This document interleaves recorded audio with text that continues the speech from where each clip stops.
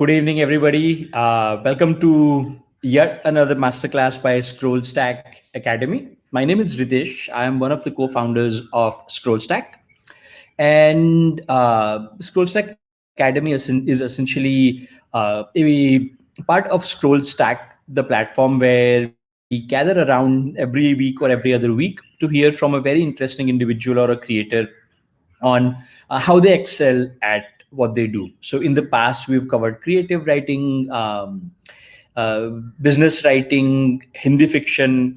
We have some follow-ups coming up for Hindi fiction as well.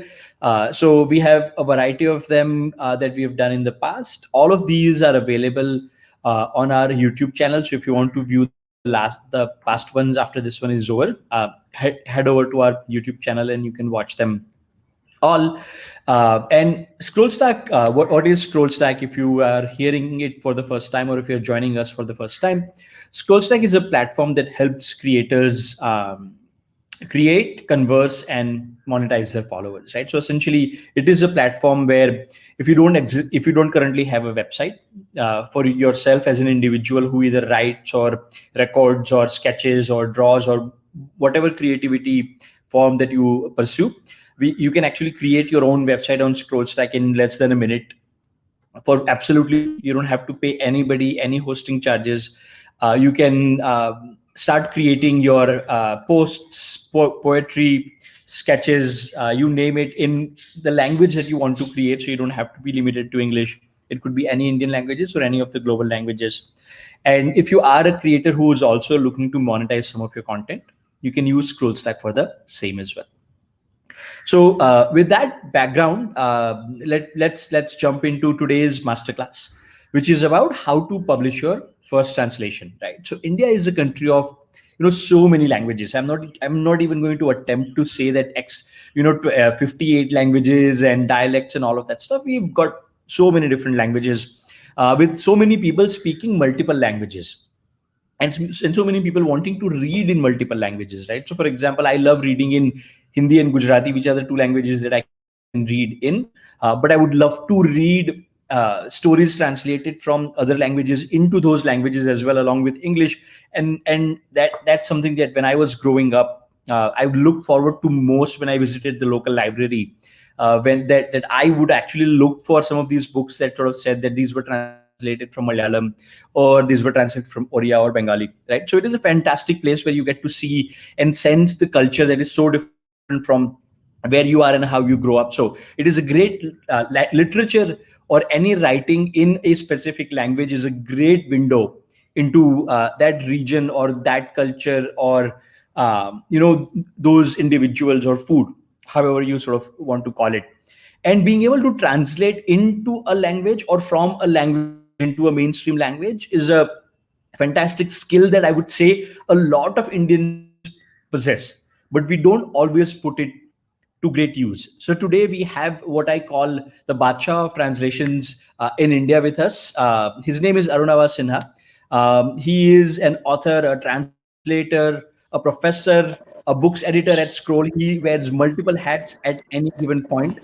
He's also our repeat host on the masterclass. He had done the first ever masterclass, which was a super hit on creative writing. If you haven't seen it, I highly recommend it. For somebody like me who can't write, he even inspired me to sort of say, somebody could actually write. So he will inspire you to that level. So I'm really looking forward to today's session on translations with Arunava as well. So with that, you should spend most of the time hearing from Arunava. So I'm just going to hand the mic over to Arunava.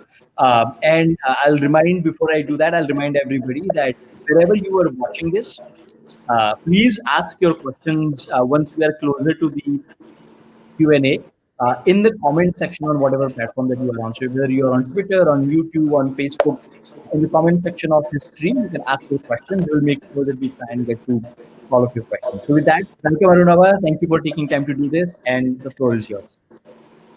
Thank you, Ritesh. Good evening, everybody, for at least those of you who are in South Asia or around this time zone. And hello to people from elsewhere in the world in case you're listening in and watching in. It's wonderful to be back here, but then I am frankly a part of ScrollStack in any case, so I'm never quite out of it or back on anything. But still, it's great to be able to talk to people about all the possibilities that ScrollStack has, and indeed to go further back and see what are the things that you can do that can ultimately find a space on a platform like ScrollStack. So today I thought we'd talk about translations, and we talk specifically about the possibility of being a first-time translator with a published translation. So that's what I'm going to focus this discussion on. We are going to divide it roughly into three parts. We are going to first look at how you get to pick, or how you should be looking at what to translate, how you say yes, and equally importantly, how you say no to a book that you're thinking of.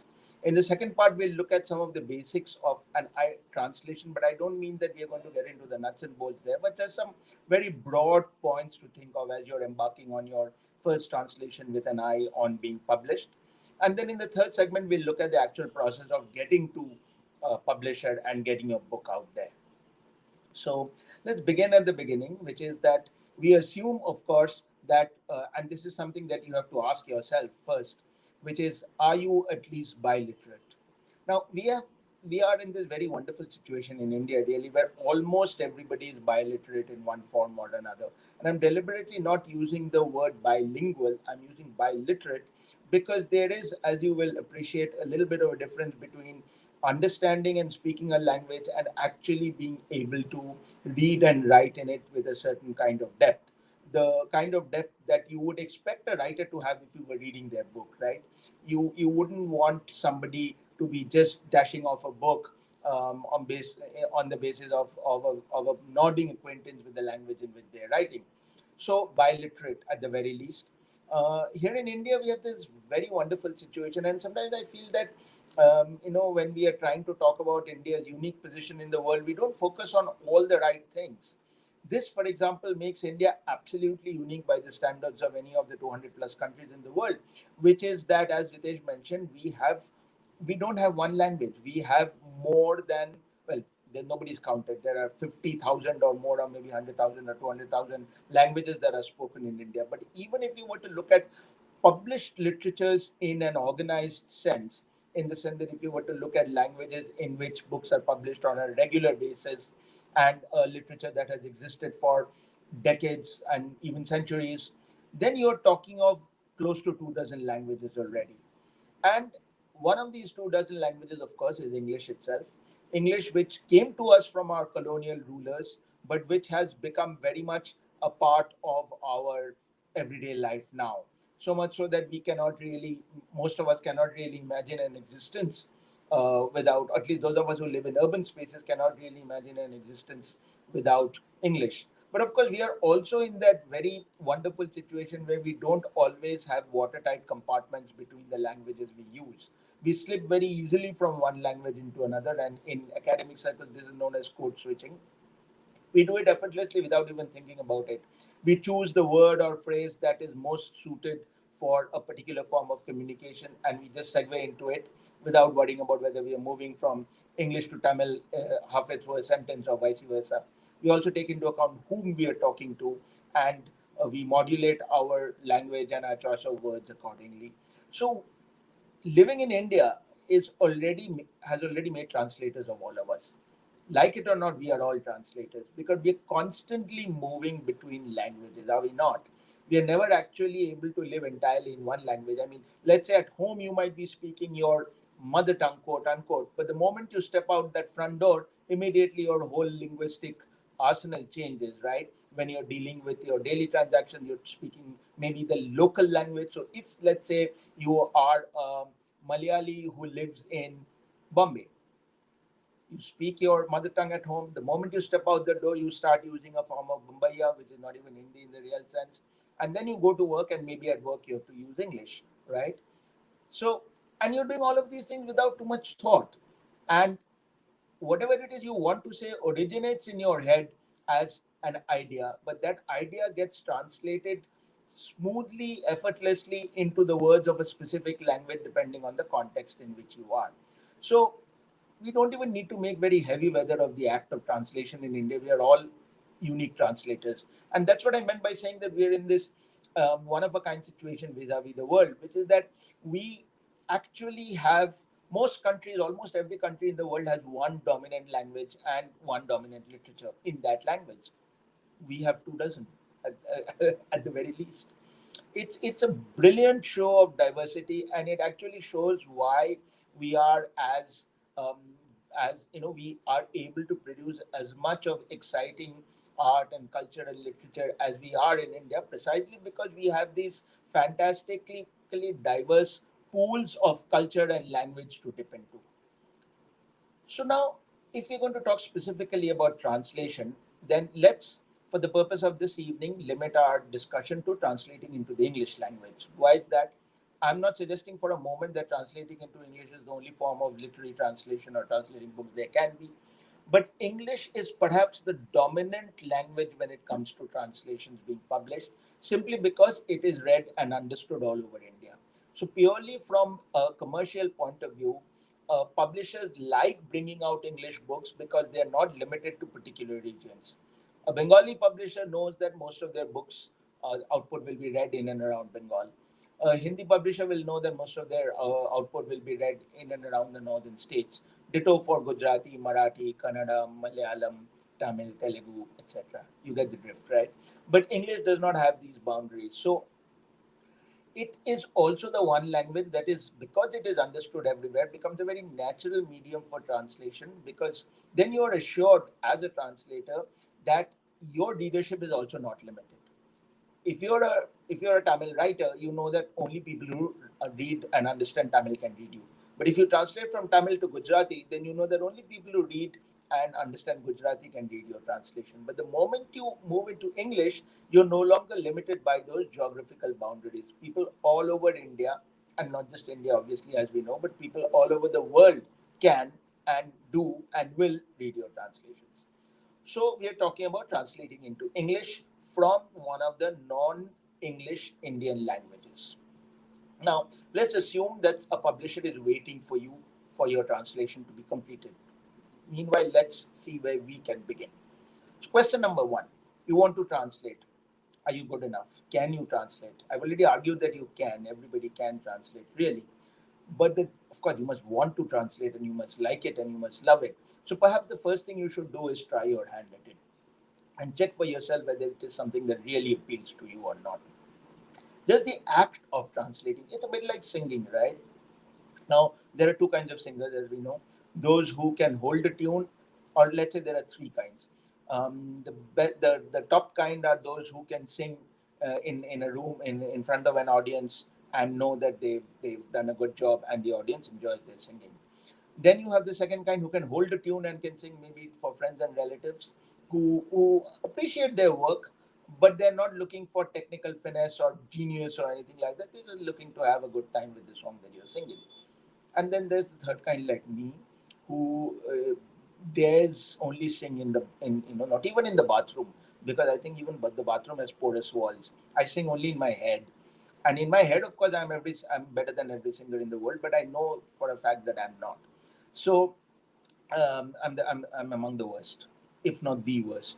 So very simply, you need to run that test for yourself as a translator, and you'll know right away in two ways. One, when you're translating, are you enjoying it, or is it a huge uphill struggle? And if you're enjoying it, if you're enjoying the act of writing in a new language what you just read in another language, then that's it. You're good enough to go.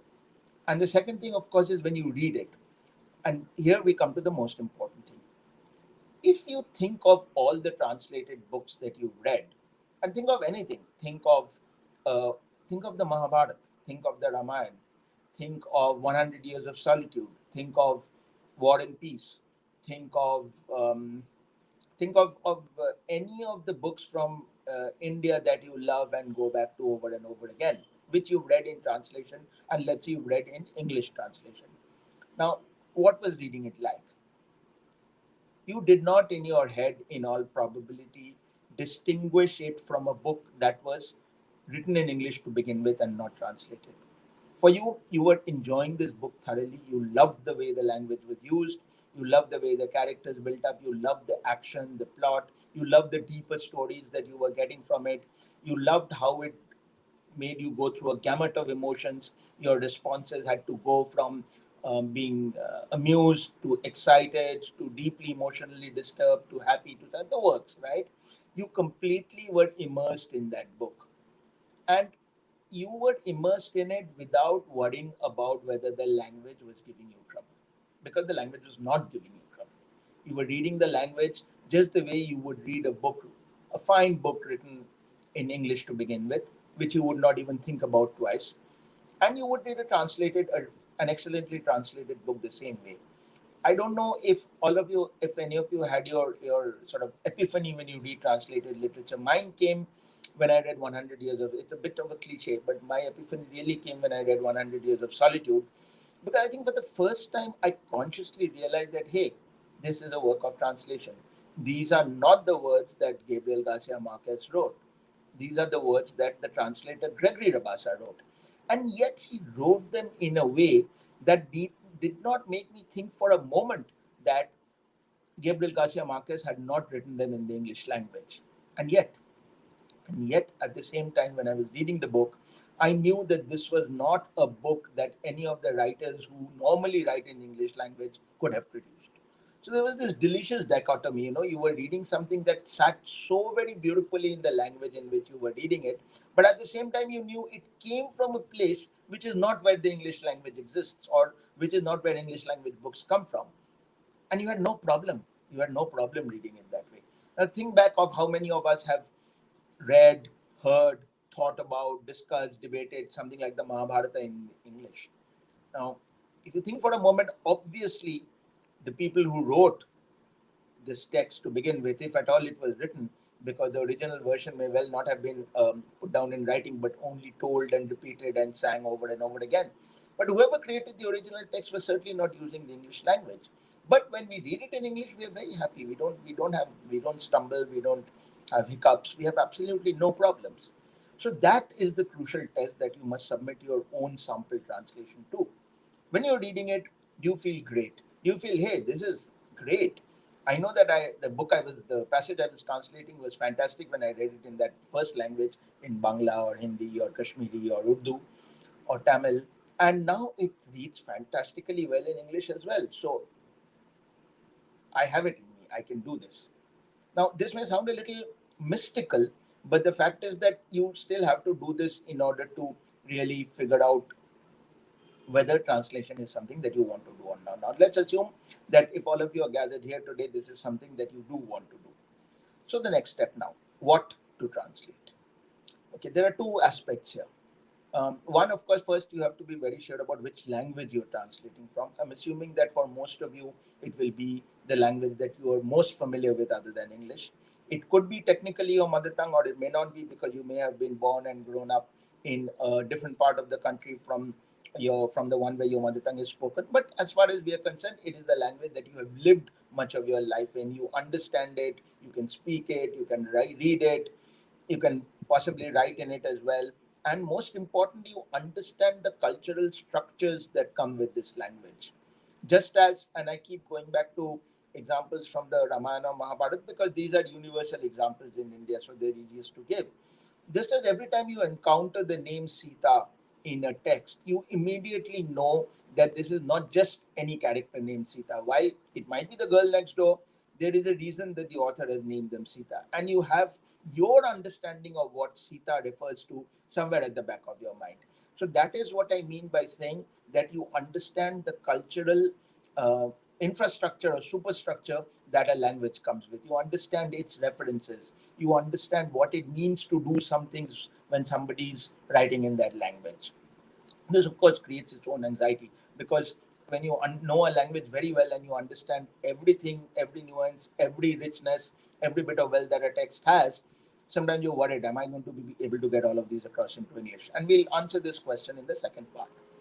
But so what to translate? Hmm, Start with something that is, there are two things that the book must be. One, you must love it. You absolutely must love this book, because trust me, even for a professional translator, to translate a book you do not really like is a chore, and it does not come out well. So, one, it must be a book that you absolutely love, and it must not be a book that you think you should love because everyone says it's a great book. No, it's a book that you must have read for yourself and come to love in the way that you love a song when you hear it and want to hum it. In the same way, you catch yourself humming a song when you didn't even realize that it's gone deep inside you, right? It's almost become a earworm. So it's the same thing. You need to have that same relationship with a book before you want to translate it. You need to inhabit it and it needs to inhabit you. It needs to be somewhere within you. It needs to be a book whose characters you have conversations with, whose storyline you think about. You may even argue with the author and say, why the hell did you do this? Why did you do that? This is what I would have done. That is when you know that you are in a long-term relationship with that book. Yeah, it's not very different from human relations. So then that is a text that you know that you can try to translate because you know everything that it stands for. Now see, today particularly, it's very easy to be accurate when you're taking a text from one language into another. You have great dictionaries available. You have online dictionaries. You can consult people easily online, and you are almost always certain to get the exact equivalent of every word into English, let's say, except where the equivalents don't exist. But does that make for a good translation? Not necessarily. So we'll come to that. But the point I'm making at this stage is that if it is a book that you absolutely love, you will know it does not guarantee that you will be able to translate it well. But what is most important is you will know whether you've translated it well or not. And that is the important thing. You wouldn't let a book out into the world unless you knew you'd done it well, right?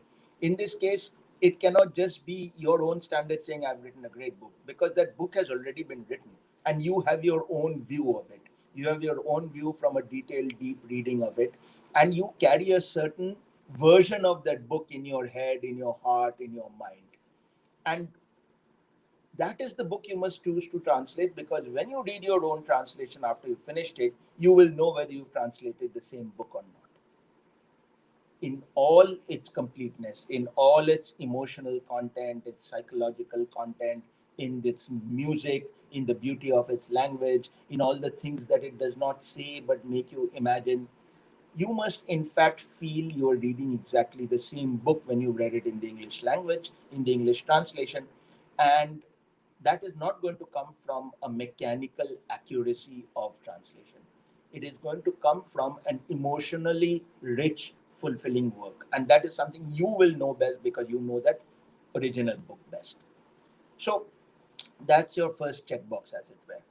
Second checkbox, try to work on something relatively simple in terms of both for you to read and for you to write.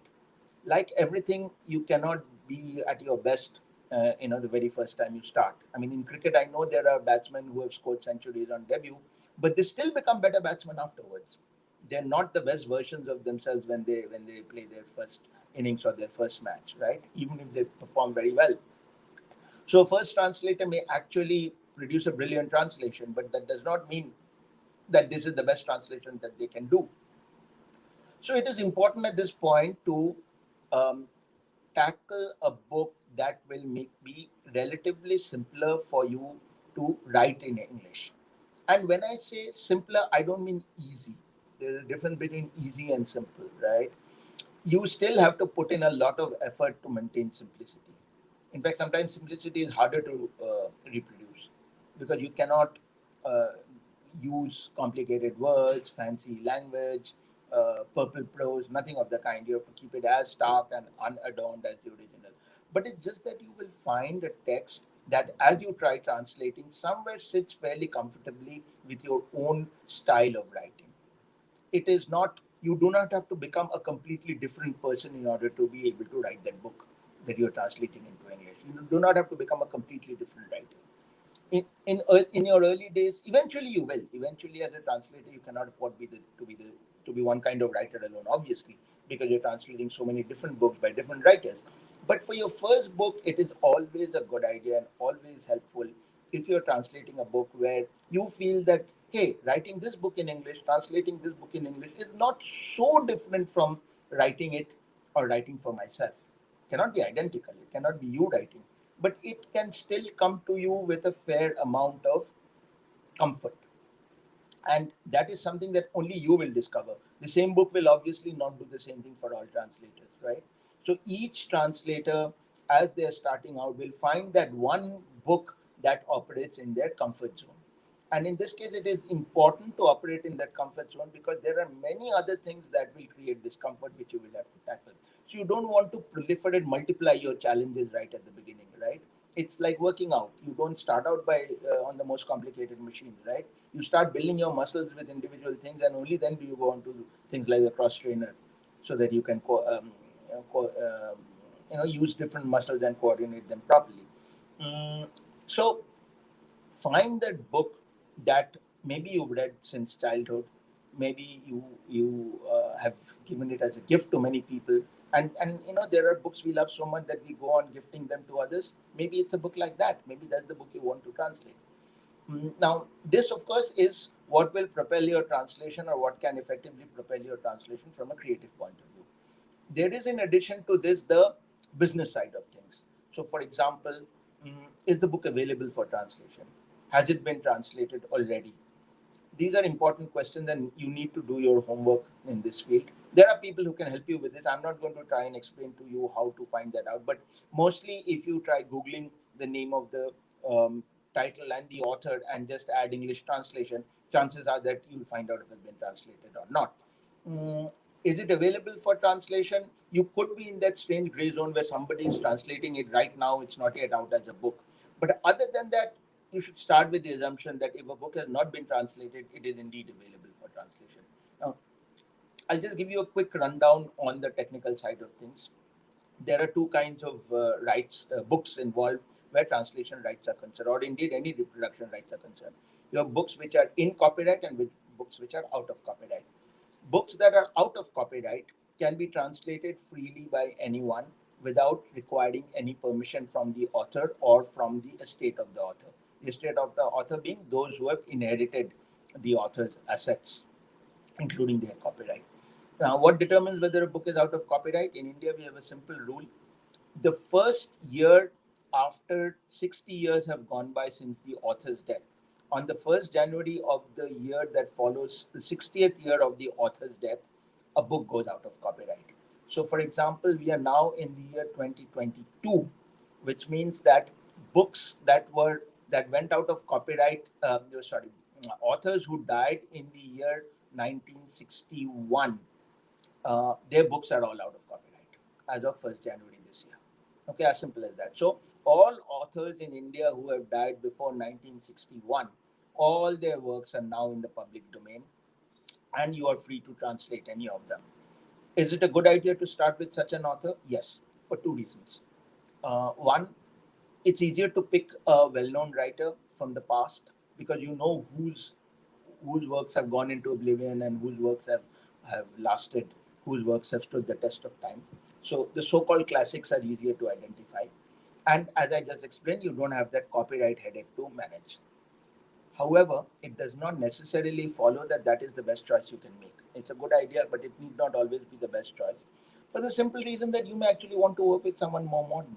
You may want to work with a book that was written in the past 10 or 15 or 20 or 30 years because it talks to a world that you know, it talks of things that you are more familiar with, it talks of things that move you, that matter to you. So modern and contemporary books are also equally good for translating, and sometimes they're easier to translate because the language is something that is closer to your time. Therefore, you can translate it into an English that is contemporary. You don't have to worry about the how long ago the original work was written. So you have to use this combination of factors in order to home in on your book. Now, let's assume that you have got somewhere. One more technical point, if you want to be published, is that while we all love reading short stories, for some very obscure reason, publishers prefer novels. It's not that they don't publish short stories, they do, but especially when it comes to translations, they prefer novels. So it would be a good idea to start with a novel and not a set of short stories. Also, both for you and the publisher, it's a good idea to start with something short. If you embark on a 500-word book which you love, it will take you a very long time. The publisher will think many times before investing in such a thick book, which will automatically mean pricing it higher and so on. So it's a good idea to go for really short books. In India, you get excellent novels which are between 20,000 and 40,000 words in length. And I would really advise that you go for one of those. The end point will be finite, it will be within reach. You're not going to be frustrated, when will I ever finish this translation?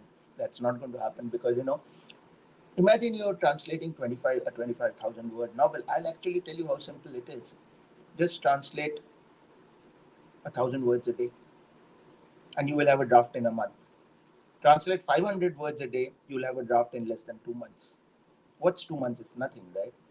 You will actually have your first draft ready in a very short period of time. So this is a tractable challenge, and it's a great idea to take on a challenge that you can get to the end of in a foreseeable time frame. That is not wide open and keeps going and never stops. Yeah. Mm. So length, choose your writer wisely. Now another point, and this is purely from the point of view of whom publishers are interested in, but it's a very important point at this stage. Remember that publishers are very interested now in writers from the fringes, and writers who belong to groups which have not been well represented in English writing in general and English translations in particular. So, and I really hate to admit this. I mean, it's not that I hate to admit it. I'm mortified to have to state this, which is that the biggest such group of writers who have not been represented well in publishing and in translations, particularly, are women. Writers who are women have been published far less often than writers who are men. So their male privilege has worked very effectively in Indian publishing. And because a lot of English language publishers are now seeking to change that equation, it will always be a good idea if you can work if you can work on a book written by a woman, for example.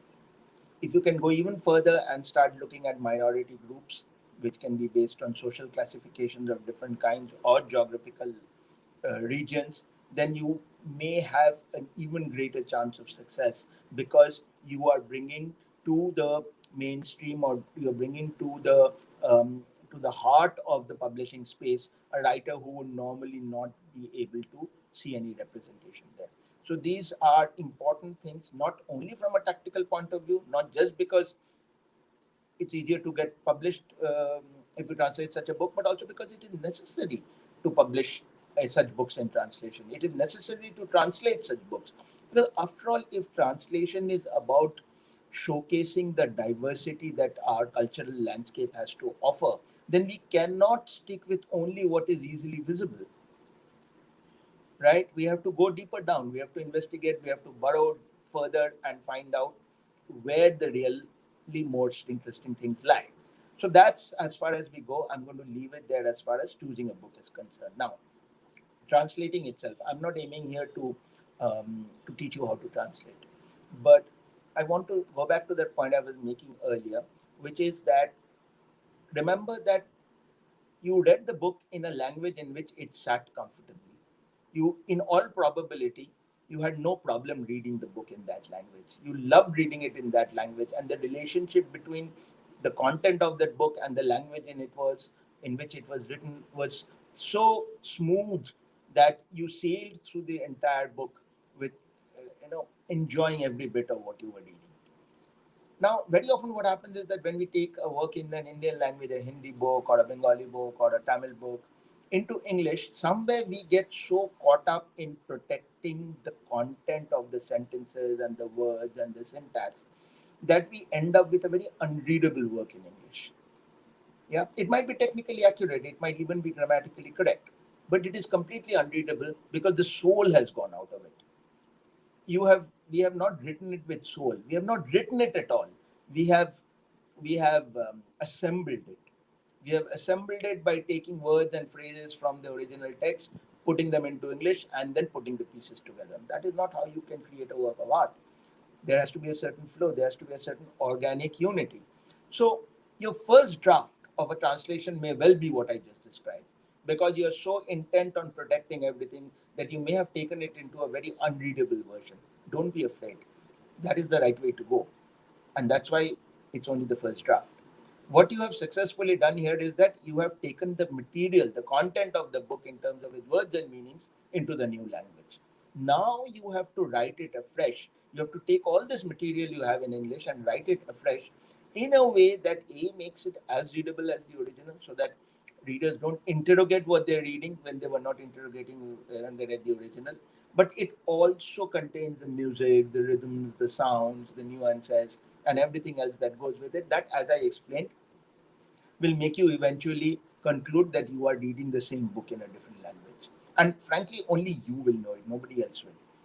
I mean, maybe those who have both languages might read your book and come back to you, but that's immaterial. At this point, even your publisher or editor is unlikely to know, unless they have read the original closely, whether you have written the same book or not. So it is entirely up to you. You alone can say, yes, this is the book that the writer wrote, and this is the book that I've translated it into. You might end up with an excellently readable book, which, however, is quite removed from the original. You might end up with, as I said, an unreadable book which is very close to the original. Neither of these is acceptable, right? So you have to write your book and make sure that it gives you the same emotions, the same affect, as academics call it, as the original did. So, being a translator, the primary, I would say, at least 50% of the work of being a translator is to be a reader, is to be the best reader that a book can get. Because you, as a translator, will read a book more closely than any reader will, and you will read it in all probability more closely than the writer ever did, either. Because the writer was not holding up to any standard set by anyone else. The writer only was worrying whether they had achieved what they had set out to do. But you, as a translator, have to achieve what the writer set out to do, plus what you set out to do. And what you set out to do is to achieve what the writer set out to do. So it's an onerous responsibility, and it's one that the translators must take very, very seriously. But it's not as difficult as it sounds, really, because if you're a good reader and you know what you've got out of a book, then when you read your translation, you have to be an equally good reader, and you'll know, hey, I've got the same thing out of this book as I did when I read the original. I'm good with this. Okay, so that is really what all your translation efforts at this point will go to. Have Buy some very good dictionaries from the source language to the target language, please. Don't rely only on online dictionaries. They're useful, but they're not perfect. Buy the fattest dictionary you can find. If you're translating from Gujarati to English, buy the fattest Gujarati to English dictionary you can find. Okay. Secondly, read a lot of translations. Read before you translate, read while you translate, read when you revise. The reason you need to read translations is to constantly remind yourself of what translations can be like. And you will realize as you read that you're absorbing things. There's no conscious, you don't have to take notes, you don't have to memorize anything. But you will find that the more you read, the better your translation will be, because you will unconsciously be adopting the tools and techniques that the best translators have used. Particularly read the best translations from this language. If you're translating from Tamil to English, look around and check which are considered the best Tamil to English translations and read them. Read them once, twice, thrice. Because as you're reading those English books, you're reading the Tamil in your head, and you will figure out at many points, oh, so this is what the translator did here. This is how they've achieved this. Ah, I see what they're doing here. So these are the things that you will realize when you consciously read excellent translations, both from the language from which you're translating and in English in general. Okay. And the third thing is, don't be afraid to ask. Please ask people, especially older people who very often have lived longer lives in the language from which you are translating. Please ask them meanings, nuances, the sense of things. Ask. You will be amazed at the kind of richness you will get from their answers. Okay. And fourth, keep make sure that when you finish your first draft, put it away for a month if possible, a month or 2 months. Yeah, let it cook. If you go back to it immediately, many things will not jump out at you. Go back to it after a couple of months, you'll suddenly find, hey, this doesn't work. Oh, this is really good. I did a good job here. And you will be able to read that draft with fresher eyes and with a cleaner mind, because you're not completely worrying at that point about how much of it you've been able to take across into the new language or not. But while you're translating, you must inhabit that book that you're translating, live in it, talk to it, eat it, sleep with it, and translate every day. Okay, translate every day. Do not have go let a single day go by without translating. Even if it's 5 minutes, it does not matter. Translate. Even if you can't translate, read what you've translated. Just read it. But do not let your relationship with that text get weak for even a moment. Have dreams about it, have nightmares about it. Find yourself talking to friends and strangers about what you're translating. That's when you know that you're so obsessed with what you're doing that there's only one way it can go. It'll be a brilliant work. Yeah. But the one thing, please don't give up when you're starting out, which is the arrogance of the first timer. Don't be afraid. Don't worry about everything that you're doing. Remember that if something does not work out, it can always be fixed. But when you're doing it, go for broke. Yeah. If something strikes you as being a fantastic way of writing a sentence, write it in that best possible way. Do not worry about whether there's fidelity with the first version or not. We can always figure all that out later. But let the best aspects of your own writing show through. Because you're translating, you're not making up the material in any case. But if you have a very brilliant way of getting something across, use it, do it. We can worry about it afterwards. Don't let those opportunities go. Yeah, it's easier to undo something than to do it when you've not done it in the first place. I sound like Rumi sometimes. Okay, third aspect, how to find a publisher. And this is the most annoying part of it all, but it has to be done. So what you need to do is you need to write three things. One, you need to write a note on the book itself. Okay, and don't attempt to write a note that talks about a summary of the book or anything like that. Write what excites you about the book. Write why you loved it. Write what made you want to translate it in the first place. It could be the world that the book builds. It could be the characters. It could be something very special that you have identified. But write passionately. If you like, talk about it and record it, because that is when sometimes more passion comes through than when you're writing coldly. And it's like you're talking to a friend. Okay, it's like you're telling the publisher, dude, you have to read this book. And the publisher says, hey, but I don't know the language. Then you say, aren't you the lucky guy? Because I have a translation. But the basic point you're trying to tell the publisher is you have to read this book, not you have to publish this book. No, you have to read this book. And you can only do that by passing on what excites you about that book. So write that piece.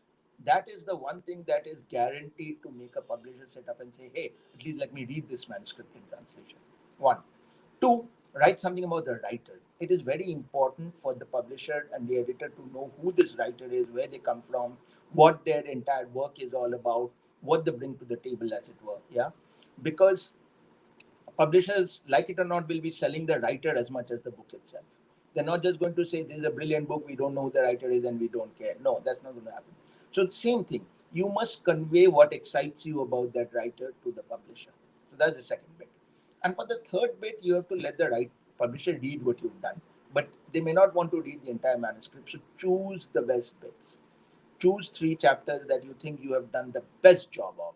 Okay, it would be great if the first chapter is one of them. And here I must tell you something, which is that if you start translating a book from the beginning, and that's not axiomatic, you don't have to, you can start from the middle. But if you start wherever you translate a book from, remember that the first few chapters or the first few pages that you do will not be as good as it will be as you go along, because you've not yet got into that groove, you've not yet got that writer's voice, you've not yet started channeling that writer, right?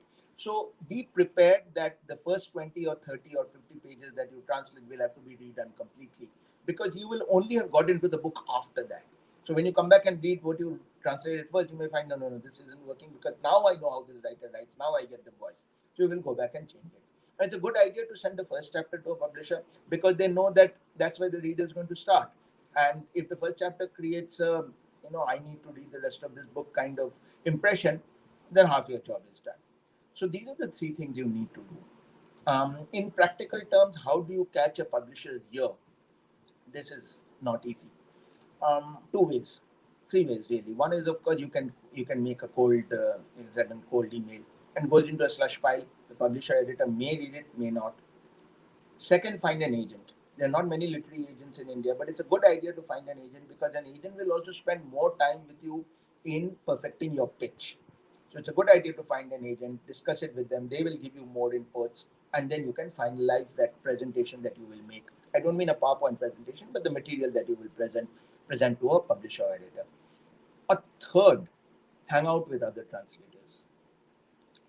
Mm, don't sponge off them, but hang out with them because they can lead you sometimes directly to publishers. Yeah, because they know the landscape well.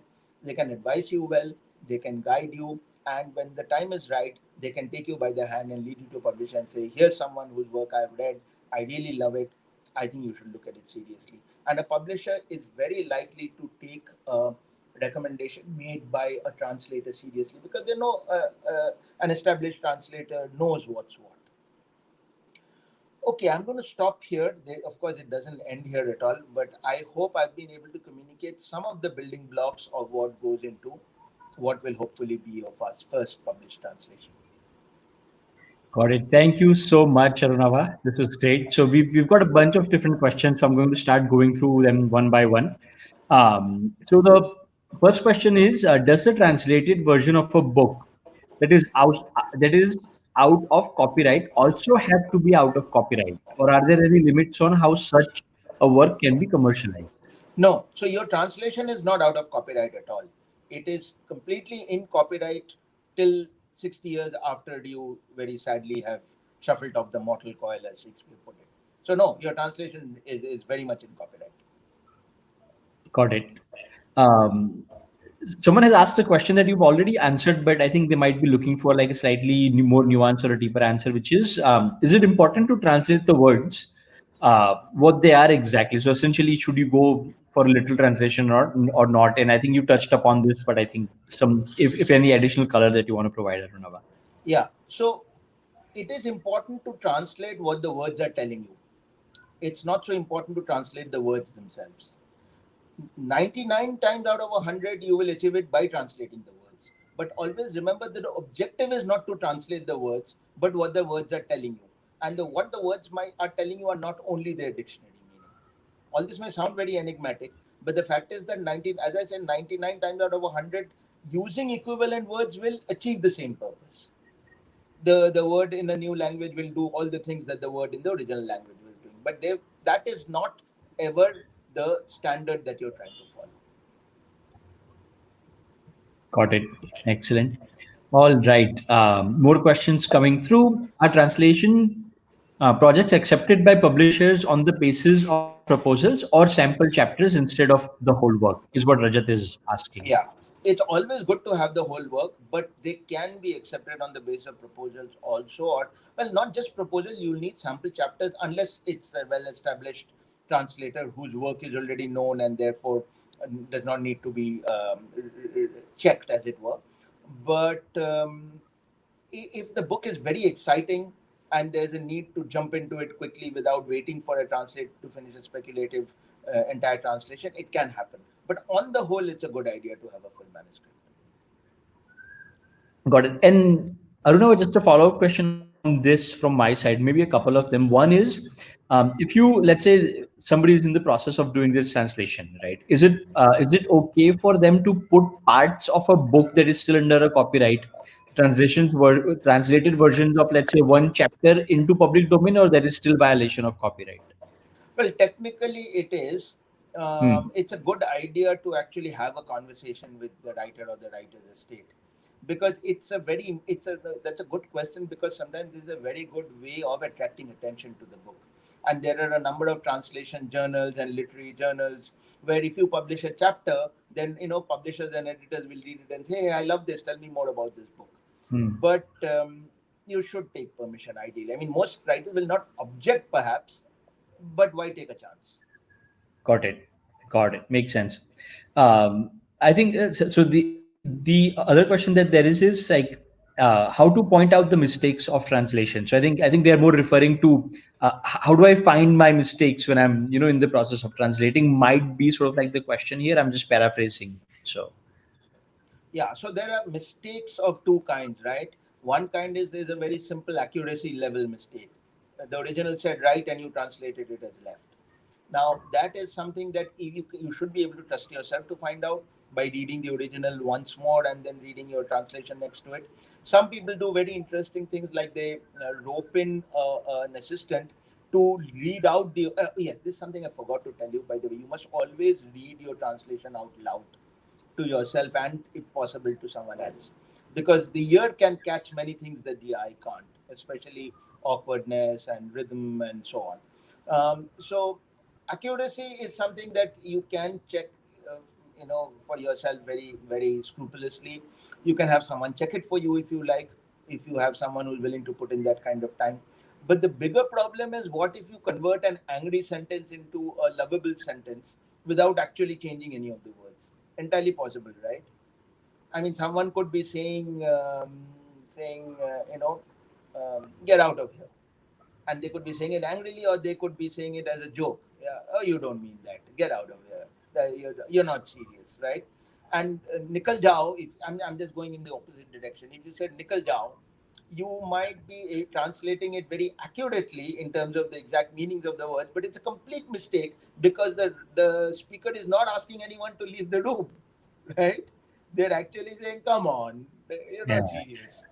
Yeah. So this is the kind of thing that you have to watch out for all the time. So that's what I said. What are the words telling you? What is the sentence telling you? And that's what you need to check for. Got it. I just have a sort of like a question that is related to the whole translation of work that are out of copyright, right? So, like one of the things that when we were creating Scroll Stack, one of the things that I would have loved to see, which we haven't seen a lot, and I think this might be more in India, where there are so many great works that are out of copyright, Yes. but because they are in English, I don't think a lot of Indians have read them, right? So I think there is fantastic opportunity for those to actually be translated into Indian language. So from not from Absolutely. Indian languages to English, but from English to Indian languages, and then essentially put them in public forums like Scrollstack or any other ones where a Absolutely. lot more number of people. So I think what are your thoughts on that? Any approach that you think people should take if anybody is Yeah, I interested? think if you're comfortable writing in a non-English Indian language, it would be great if you if you could translate into it. Take a book like The Great Gatsby, for example. If Scott Fitzgerald's The Great Gatsby is in the public domain, and imagine what it would be like if people reading in who don't read English but who read in Hindi or Tamil or Bangla or Telugu or Malayalam were to be reading it. It would be brilliant, absolutely brilliant. Because Hmm. also what happens is that a literature is formed by the books that people read in that language. The reason today, for example, Malayalam is produces the most vibrant and exciting literature in contemporary India is because so much of world literature gets translated into Malayalam and is read both by readers and writers. So their standards are very high and very different. So when you're reading the best of world literature in your own language, you will not settle for writing anything but works that are just as good. And that is what you see for translators. That is a very important thing, because you can only be as good as the original, the quality of the original, right? Which is why I really envy those who translate from Malayalam today into any language, because they have the most exciting literature books to translate. Got it. Excellent. Thank you, Runava. We have a bunch of comments from people who have loved this. So Sri Srinivasan, Niharika, they're all saying this session was fantastic. So all all credit to you, Runava. And then we have the last question, unless more questions come up when you are answering this, is what is covered under a translator's rights in India, essentially. Okay, yeah. So a translator owns the copyright to the translation itself. Okay, so every word of the translation, the rights belong to the translator and to nobody else. And please, when you're signing a contract, please ensure that it says so, that the copyright remains with you. Do not allow the copyright to be given away to the publisher or to the writer or to the writer's estate or anything like that. What is very interesting is that, and this is where the nitty gritties of contracts come in. The books are published according to regions in the world. So when a publisher buys rights, they will buy the rights, let's say for let's say South Asia, okay, and they pay you a certain amount for it. Now they may also buy world rights for you, but then the deal will be that if they then further sell the rights for a particular country to a different publisher, then you as the translator must get a share of the money that the publisher gets. So just because the publisher has paid you X and taken world rights does not mean that that is the end of your relationship with them. So let's say if a Penguin Random House took world rights for one of your translations and then sold it even to Penguin UK, right? And got, let's say for argument's sake, £10,000 for that sale. then usually you as the translator would be entitled to somewhere between 30 and 35% of that amount. Normally, it would be split, in three ways between the publisher, the writer, and the translator. So the translator's rights therefore extend to that work in every country in the world, in print, and then equally important also in digital media. And in case the work is used for film rights or TV rights or over the OTT streaming rights, in all these cases the translator has rights and must be compensated. This is a great question and very important. A good Got literary it. agent All will of course cover all this for you, but in case you're doing your own deal, please remember this. Excellent.